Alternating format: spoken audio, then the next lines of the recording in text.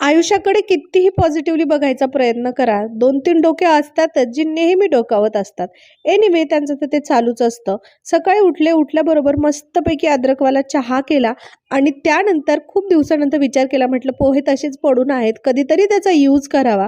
म्हणून म्हटलं चला जेवण वगैरे रेडी होतं, मावशींनी सगळा स्वयंपाक बनवला होता. पण तरी म्हटलं चला पोहे बनवूया, कारण इवाची तब्येत ठीक नाहीये आणि ती सध्या जेवण करत नाहीये. तिची ट्रीटमेंट चालू आहे, तिला पाण्याचं वगैरे इन्फेक्शन झालंय. सो मी म्हटलं चला काहीतरी तिला देऊया आज ब्रेकफास्टमध्ये. शक्यतोवर मी तिला दूध किंवा फ्रूट्स देते, बट सध्या डॉक्टरनी तिला दूध आणि फ्रूट दोन्हीही नको म्हटलेलं आहे. त्यामुळे मी म्हटलं स्कूलला जाण्याअगोदर तिला काहीतरी देऊया. बट सध्या असं चालू आहे की तिला स्कूलला पाठवायचं का नाही पाठवायचं, कारण तिचं पोट खूप खराब आहे. त्यात तिला सर्दी, ताप चालूच आहे. वातावरण इतकं सध्या खराब झालेलं आहे की पूर्ण काय दिवस सांगू. ब्लँकेटमध्ये बसून बसून मला तर इतका वैताग आलाय, असं वाटतच नाही की काही करावं. कारण थंडी वाढलेली आहे आणि त्यात मी 2-3 दिवसापूर्वी डॉक्टरकडे गेले होते. माझी रेग्युलर अपॉइंटमेंट होती, मंथली असते.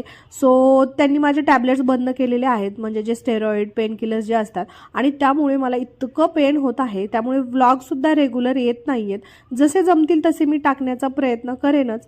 एनिवे त्यानंतर मस्तपैकी रेडी झाले, कारण मला असं होतं की इतकं मी पारुशी दिसते ना, कंटिन्युअसली स्वेटर, सॉक्स. म्हटलं चला थोडंसं ऊन पडले तर मस्त रेडी होऊ.